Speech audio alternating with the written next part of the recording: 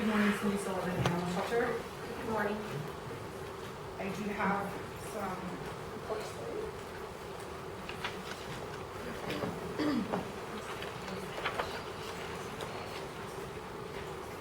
I was on vacation when I was visiting.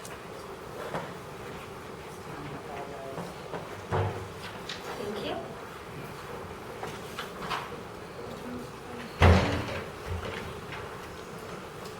Okay, on the front of your packet, you will see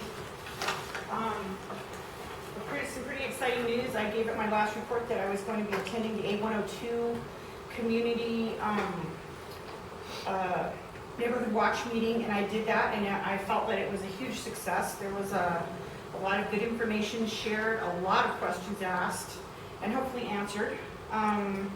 It's a really great group, and I did put in my report that I really wanted to thank the newspaper and Laura Clark for her awesome picture. A lot of people have seen this. We unfortunately don't, when we put ads in the paper for different things, we don't get a lot of responses. So I did send this out, email to everybody in the county so everybody can kind of see what we're doing, and maybe if the kids have any ideas for doing any fundraising over the summer, it might give them some ideas too. So it's kind of fun. And the A102 group was just ecstatic because the newspaper contacted them. I gave them all their information, and they just have been delighted about this press coverage. So on to my report. You will notice I have included again last year's stats, which is all the way in the back, and this year's stats. We actually hit 100 animals last month. If you look at June for last year, we had 54 animals. June this year, 100. So it's this is a nationwide thing. I don't know if you guys have been watching the news. It's everywhere. The numbers have doubled all over the nation.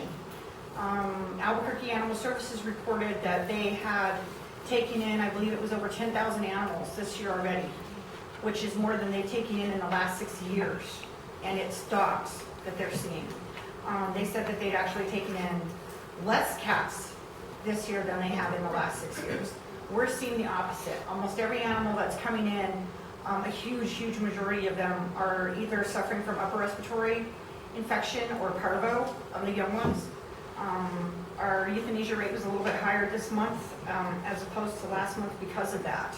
I worked with the junior deputies too this week and did a presentation for them, gave them a tour through the shelter, which I do every year. This is the second year I think we've done it. And try to advise them as well so they can go home and tell family and friends and parents and everybody that if they're finding small cats or kittens or puppies stray, to be very careful about putting those animals in with your animals, because if they've been exposed to anything, your whole household's going to be sick. So I did this same presentation with the A102 people because they're really rural back there, and we get a lot of animals from that area. So just please be aware of it. It's everywhere. It's not just us. I had a meeting with Barbara Divers, who's our veterinarian, yesterday morning, and she said that it's just everywhere, that it's not just us, that it's everywhere. So be aware of that. We still have our same employee status, 2 full-time, 2 part-time. 97 animals came from Torrance County, 3 from Moriarty. Again, I addressed the ad and the upper respiratory and parvo issues. And like I say, if you'll just kind of, I always include these 2 stats so you can kind of see the flow from last year to this year and what we're doing. I intend with the new budget to get some collapsible cages, because it's very difficult to run 100 animals with 6 cages through that shelter. We've had some issues with the Animal Humane Association taking transfers because they're incredibly just overwhelmed with the animals. We did actually transfer I think 10 animals out this week. Finally, we've got 10 of them out this week. So let's open this up a little bit. We have been back in contact with Colorado about possibly doing some transfers. If this influx continues, we're going to be in a really bad situation with all these puppies and kittens. So I try to touch base when I think I might need some extra outlets.